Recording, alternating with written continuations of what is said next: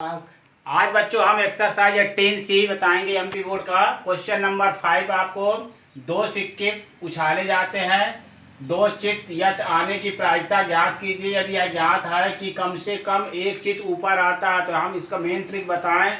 जो प्रश्न पूछा जाता है, जैसे इसमें क्या पूछा गया है, यदि एक कम से कम एक चित ऊपर आता है, यदि आप इसको ए मानोगे तो इसका फार्मूला PA/B होगा, और यदि आप इसको बी मानते हो तो फार्मूला B/A होगा, PB/A होगा। ठीक है, मानने के ऊपर डिपेंड करता है। जो पूछूंगा वो ऊपर होना चाहिए। जैसे देखिए PA/B लिखा, मतलब ये है कि जो दिया रहता है ना वो ए होता है, माने जो पूछता है मेरा कहने वाला, जो पूछता है वो ए होता है, और जो दिया रहता है वो क्या होता है, बी। इसमें दिया क्या है, दो चित आने की प्रायिकता ज्ञात कीजिए। यदि ज्ञात हो कि कम से कम एक चित ऊपर आता है तो यदि देखो जो पूछूंगा वो ऊपर होना चाहिए।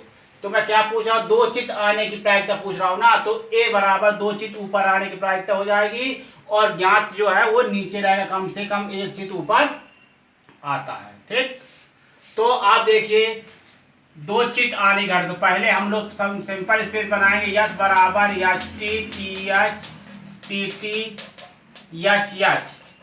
तो ये इस प्रकार से यानी यस क्या हो गया, हमारे पास 4 हो गया। दो सिक्के को उछालने पर बनने वाले प्रदर्श समिष्ट थे, और माना दो चित आने की घटना ए है। माना ए बराबर दो चित आना, दो चित आने की घटना है, मान लो इवेंट।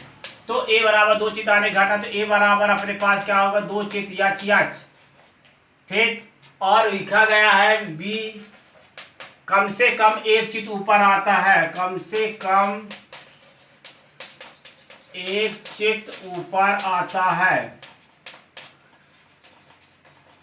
तो बी बराबर क्या हो जाएगा, कम से कम का मतलब होता है एक हेड वाले को भी लिखेंगे और दो हेड वाले को भी लिखेंगे, तो यच यच एच टी टी एच।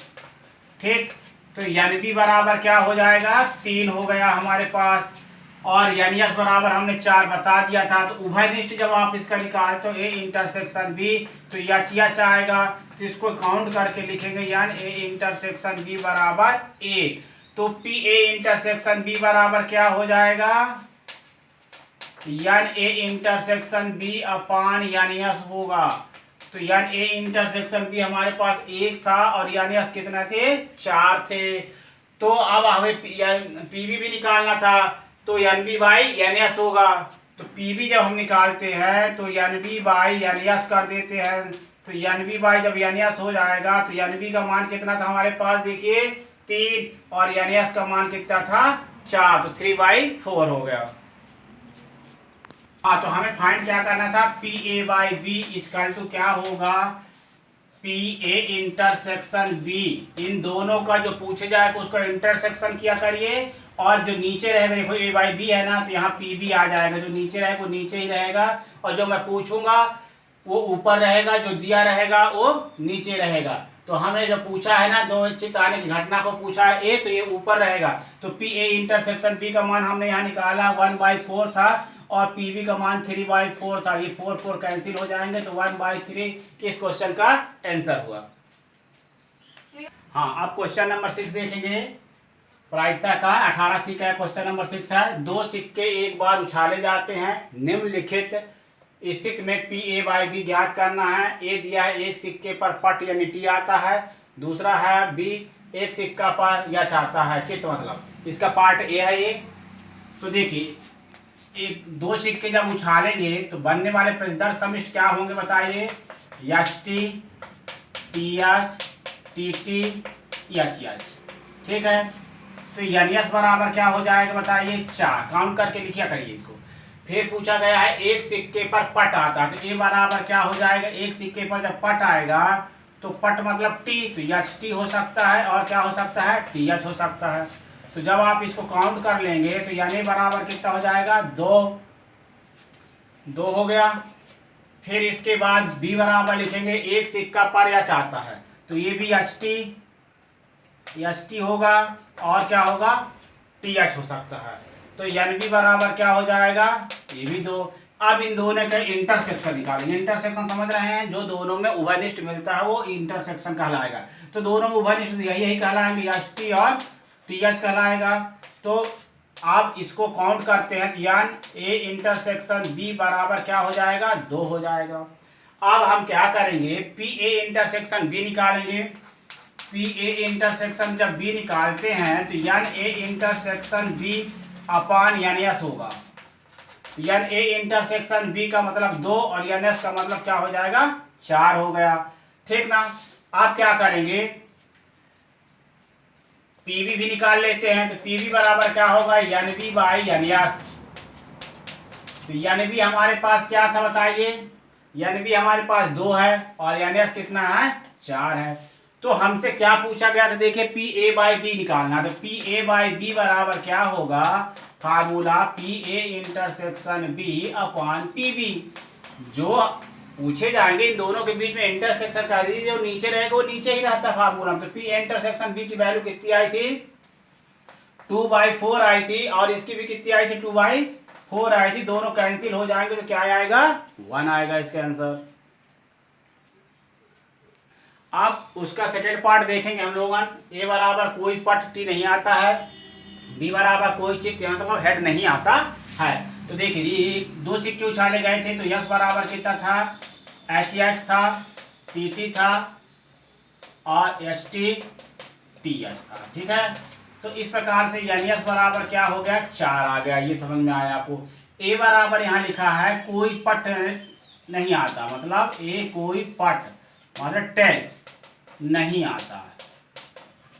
तो कोई पट या टेल नहीं आता है मान लीजिए, तो क्या आएगा बताइए, एच एच आएगा, एच बस एच एच ही आएगा। एस टी में भी टी आता, टी एच में भी टी आता, टी टी में भी टी आता, इसलिए नहीं लिखेंगे, घात एच लिखेंगे।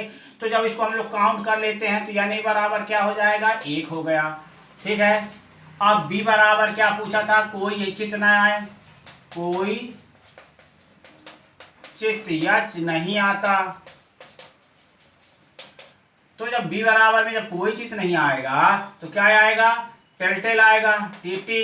तो ये यानी बी बराबर क्या हो जाएगा, 1 ये भी हो गया। अब ए इंटरसेक्शन बी निकालते, देखिए ए इंटरसेक्शन इसमें और इसमें दोनों में क्या कॉमन क्या मिल रहा है, कुछ कॉमन नहीं मिल रहा, मतलब क्या हो जाएगा, 5 हो गया, ब्लैंक हो गया 5। अब आपसे पूछा जा रहा, देखिए P A intersection by B, P A by B बराबर यान P A intersection B upon P B.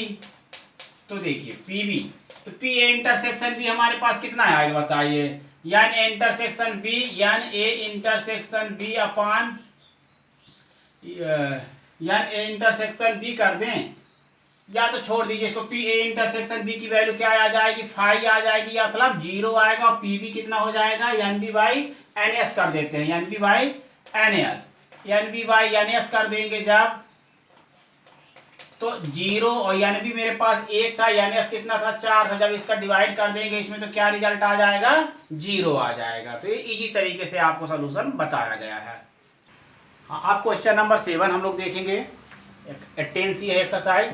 एक पासा 3 बार फेंका जाता है, पी ए बाई बी हमें ज्ञात करना है और पी बी बाई ए भी ज्ञात करना है। दिया है यदि ए बराबर तीसरी फेंक में 4 आता है और बी बराबर दिया पहली 2 फेंक में क्रमशः 6 और 5 आते हैं। तो देखिए माना जब हम लोग हल करते हैं इसको, तो माना क्या लिख देते हैं, ए बराबर तीसरी फेंक में 4 आता है। तीसरी माना ए बराबर तीसरी फेंक में, ए बराबर तीसरी फेंक में क्या आता है, 4 आता है। तब आते हो पहली 2 फेंक इस प्रकार होंगी, आते हो पहली 2 फेंक इस प्रकार होगी। ठीक। तो ए बराबर हम लोग लिख लेते हैं 1 1 1 2 1 3 1 4 1 5 1 6। ठीक। फिर 2 1 लिखिएगा, 2 2 लिखिएगा, 2 3 2 4 2 5 2 6 लिखिएगा। फिर 3 1 3 2 3 3 3 4 3 5 3 6, फिर 4 1 4 2 4 3 4 4 4 5 4 6, फिर 5 1 5 2 5 3 5 4 5 5 5 6, फिर 6 1 6 2 6 3 6 4 6 5 और 6 6। इस प्रकार से यानी बराबर काउंट कर लेंगे तो कितना हो जाएगा 36 आ जाएगा। ठीक। हाँ तो बच्चों यानी ए बराबर कितना निकाल दिया हम उसमें 6 गुणे 6 बराबर 36 आ गया। ठीक। अब बी बराबर क्या है, पहली दो फेंक में 6 और 5 आता है, पहली दो फेंक में 6 और 5 आता है, 6 और 5 आता है। तो देखिए बी बराबर क्या हो जाएगा आपका 6 5 1 6 5 2 6 5 3 6 5 4 6 5 5 और 6 5 6। इस प्रकार से यानी कि क्या हो जाएगा आपके पास 6 हो गया। ठीक। ये भी समझ में आपको आ गया, गिन लीजिए 1 2 3 4 5 6। आप देखिए इंटरसेक्शन बी क्या मिलेगा, ए इंटरसेक्शन बी देखिए दोनों में क्या मिलेगा, देखिए 6 5 4 मिलेगा। क्या मिलेगा 6 5 4। उसमें लिखा था कि ए बराबर तीसरी फेंक में 4 आता है तो दो फेंक इस प्रकार होंगे, तो तीसरी फेंक में 4 यानी तीसरा देखो पहला दो में 6 5 और तीसरी फेंक में 4, तो इस प्रकार से आपको कॉमन क्या मिलेगा 6 5 4 मिलेगा कॉमन। तो इसको काउंट कर लेंगे जब, तो यानी ए इंटरसेक्शन बी बराबर क्या हो जाएगा 1 हो जाएगा। अब आप पी ए इंटरसेक्शन बी निकालिए, तो पी ए इंटरसेक्शन बी ना निकाल के हम लोग सीधे सीधे ये लगा देते हैं, ये पी ए बाई बी पूछा गया था हमसे, पी ए बाई बी बराबर क्या हो जाएगा फार्मूला हमारा N A intersection B upon N, S कर दीजिए, N A intersection B upon N B, क्या कर दीजिए एन बी कर दीजिए। ठीक ना। देखिए इन जो मैं पूछूंगा उन दोनों में इंटरसेक्शन होना चाहिए, जो नीचे रहता वो नीचे ही रहेगा। तो यानी ए इंटरसेक्शन बी मेरे पास कितना आया था 1 आया था, और यानी बी मेरे पास कितना आया था 6 आया था। एक क्वेश्चन उसमें और पूछा था, क्या पूछा था देखिए पी बी बाई ए पूछा गया था, तो N A intersection B upon N A कर दीजिए। ठीक ना। तो ये नीचे ए है तो एन ए हो जाएगा, तो एन ए इंटरसेक्शन भी 1 था, और एन ए मेरे पास कितने निकाले थे हम देखिए सबसे ऊपर लिखे एन ए बराबर 6 गुणे 6 मतलब 36। तो इस प्रकार से ये आंसर इसका आ गया 1/36। क्वेश्चन नंबर हम 8 देखेंगे।